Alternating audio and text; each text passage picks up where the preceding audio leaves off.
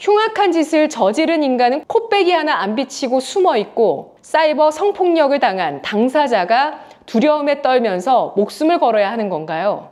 동호 씨, 참 세상에 무서울 게 없겠습니다. 가족이 다 찢고 긁고 꽂고 찔러서 죽이는 사람. 우공이산 10분 요약. 오늘은 우공이산 제60화 본격 경제 첩보 정치 소설 김문수로 윤어게인입니다. 김문수를 뽑으면 윤석열이 오고 이준석을 뽑으면 이재명이 옵니다. 자유민주주의 대 친중 매국하고 독재를 꿈꾸는 세력, 이들의 대결입니다. 어쩌면 이번이 마지막 선거가 될지도 모를 6.3 조기 대선.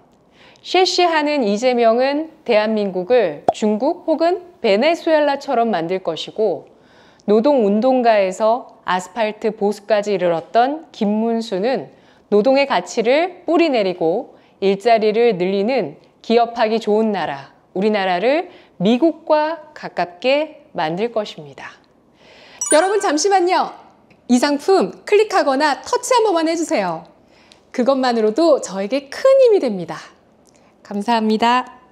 베네수엘라에서는 유권자들이 투표를 불신하고 야권에서 이따위 투표 보이콧하자는 목소리 속에서 최근에 총선 투표율이 12%밖에 되지 않았다고 합니다. 니콜라스 마두로 독재 정권이 사법부마저 장악하게 되면서 유권자들은 이에 대해 반기를 들고 선거 불신이 극에 달한 상황이라고 합니다. 역시나 이러한 선거의 결과는 여당인 통합사회주의당 PSUV의 압승이었다고 하는데요. 사법부가 정치화되고 투표가 국민들의 신임을 받지 못하면 그 나라는 반드시 부패합니다. 우리나라의 모습은 어떻습니까? 전 세계적으로 선거에 문제가 발생한 국가에선 친중 정치인들이 독재를 하는데 중국에서 가장 가까운 나라인 우리나라가 그러지 말란 법이 없습니다. 게다가 A웹은 국제선거, 부정선거 카르텔로 의심받고 있는 단체인데 우리나라에 본사가 있습니다. 그리고 A웹 고문단에는 TV조선, 중앙일보, 한국일보, 경향신문, 동아일보, 주력 언론사의 언론인들이 대거 포진돼 있었습니다. 초기 구성원에는 물론 한겨레 출신도 있고 MBC 관련 인사도 포함되어 있었습니다. 개헌 여론몰이가 서서히 일어나고 있는데 이를 통해 8.6 운동권 세력의 마지막 인민민주주의 퍼즐이 완성될 시점이 마침내 올지도 모릅니다. 이번 선거를 통해서요. 언론이 앞서게 되면 못할 것도 없습니다. 언론이 작용화되어 있고 교육 역시 작용화, 정치화되어 있고 파란색이 아닌 빨간색이면 언론에 발조차 붙일 수가 없고 그런 목소리는 그래서 사라지고 있습니다. 연예계에서도 2번이나 빨강을 드러낸 사람들에겐 홍위병 같은 진보 지지자들 혹은 중국인들 엄청난 비난을 쏟아내고 반대편에서는 이들이 애국자다, 목숨을 걸었다라며 찬사가 이어지기도 합니다. 1987년 민주화 헌법이 운동 세력의 운동장을 만들어줬다는 사실을 반드시 기억해야 합니다. 그들은 대통령을 허수아비로 만들고 대통령의 비상계엄령을 유명무실화하고 국회 해산권을 없앴습니다. 이젠 다시 헌법을 개정해서 독재하려는 야욕을 드러내고 있습니다. 헌법 개정 내용은 이렇습니다. 대통령제 4년 연임제, 지방분권제, 선거연령 17에서 18세 하향 조정, 토지 소유권 박탈, 5.18 및 세월호 특별법 헌법의 명시, 대기업 제재, 자유를 삭제하고 북한식 민주주의, 즉 인민민주주의를 지칭하는 것, 각 지역구 및 동인민위원회 창설, 전국을 공산조직화, 기독교 및 천주교의 사이비 종파 탄압 등등 그 개헌에 우원식 국회의장이 앞장을 설 채비를 하고 있습니다. 대파로 흥한 자, 커피 원가 120원 논란으로 망할 것이고요. 가족을 건드려서 재미 본 자는 그 가족으로 망할 것입니다. 줄리로 영부인을 끝까지 얼마나 괴롭혔나요? 이제는 요도 세자가 왔습니다. 이 나라는 이상합니다. 옳은 것과 상식을 말하면 손해보고 매장당합니다. 우리나라가 똑바로 된 나라였다면 온라인 성범죄에 가까운 패드립을 친 이동호 씨가 기자회견을 당장 열어서 무리를 일으켜서 죄송하다고 사과하고 요도 치욕을 당한 카리나 회사에 찾아가서 무릎 꿇고 위로하고 사죄해야겠죠.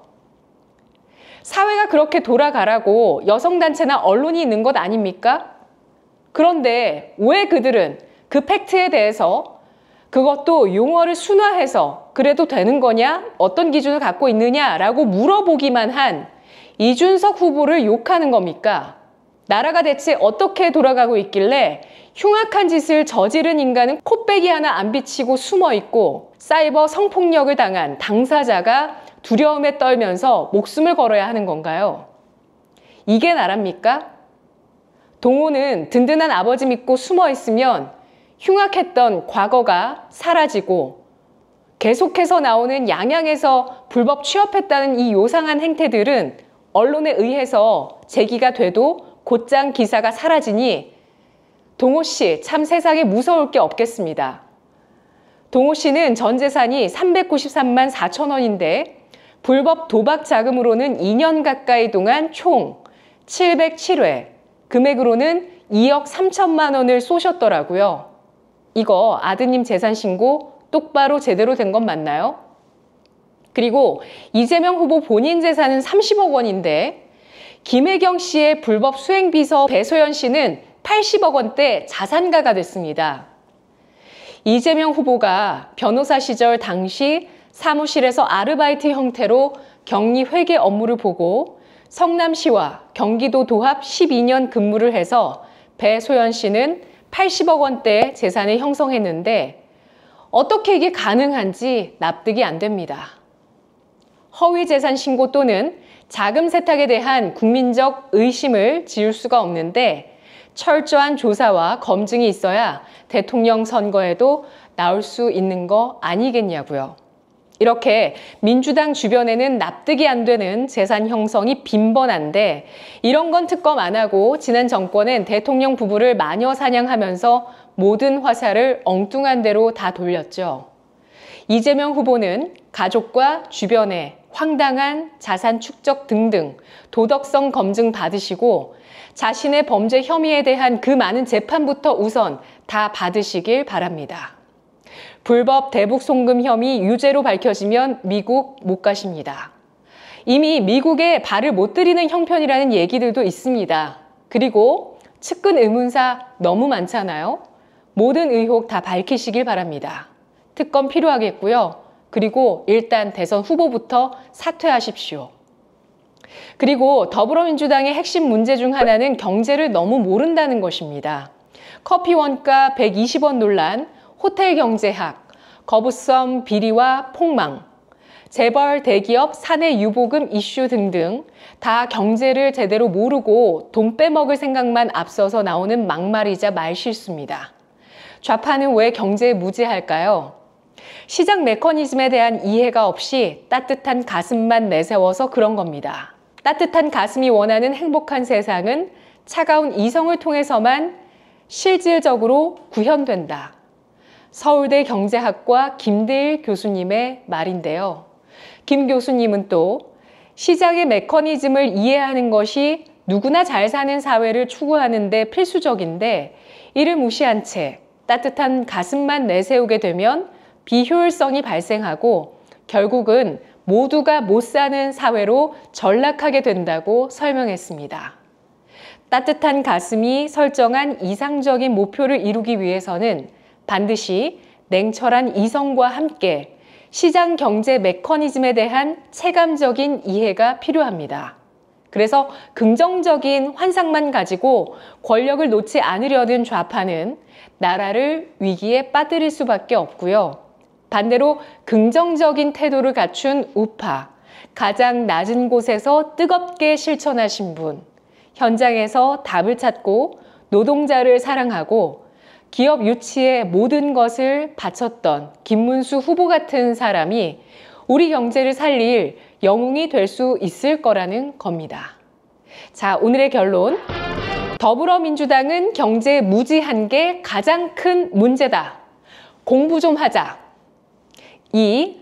더불어민주당의 민낯이 이준석의 젓가락 질문에 까발리니까 여성 혐오라는 프레임을 이준석한테 뒤집어 씌우는 더불어 실시당과 개딸들은 부끄러운 줄 알자.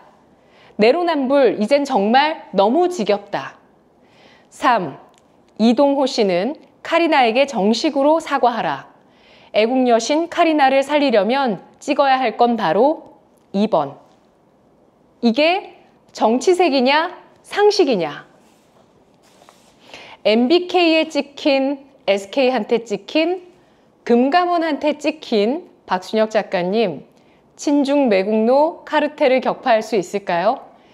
2차 전지를 떨어뜨리는 인위적인 움직임, 거짓 프로파간다는 언제까지 계속될까요? 여러분께서 뒷짐지고 아무 행동 안 하시면 친중 매국노 카르텔은 우리나라를 더욱 강력하게 올가매게 될 겁니다. 차이나머니는 계속해서 친중 매국을 유혹하며 살포될 것입니다. 2차 전지도 살리고 박순혁 작가도 살리고 윤석열 대통령도 살리고 카리나도 살리고 저도 살리고 우리나라 대한민국도 살리려면 문수 대통 2번입니다. 주한미군 철수 안 됩니다. 그래서 문수 대통, 가스활 문수, 킹문수, 기가문수, 문수 좋은 날 문수보살, 문수어사 김문수입니다. 내각제 귀족 정치 안 됩니다. 그래서 김문수로 윤어게인 해야 합니다. 부정선거에 반기를 든 사람, 모든 특혜를 버리고 희생하고 대의를 위해서 몸을 던진 사람, 내각제 세력과 야합하지 않을 사람, 대통령도 도지사도 큰 벼슬 아니라고 생각하는 사람, 그런 사람이 대통령 돼야 되지 않겠습니까? 깨끗해서 두려울 게 없는 사람과 더러워서 가려야 할 게 많은 사람, 3년만 딱 대통령하고 총선과 맞춰서 대선 치르면서 정치 균형 맞추자는 사람과 연인제뿐 아니라 대법관 늘리고 개헌하겠다는 사람, 일하면 제대로 묵묵하게 하는 사람과 일 잘한다고 쇼잉하고 슈킹하는 데에 능한 사람, 가족이 화목하고 떳떳한 사람과 가족이 다 찢고 긁고 꽂고 찔러서 죽이는 사람, 누굴 뽑아야 할지 답이 너무나 명확하지 않습니까? 투자사생활 구독자 그리고 투자꾼 여러분, 다음 시간에 만나요.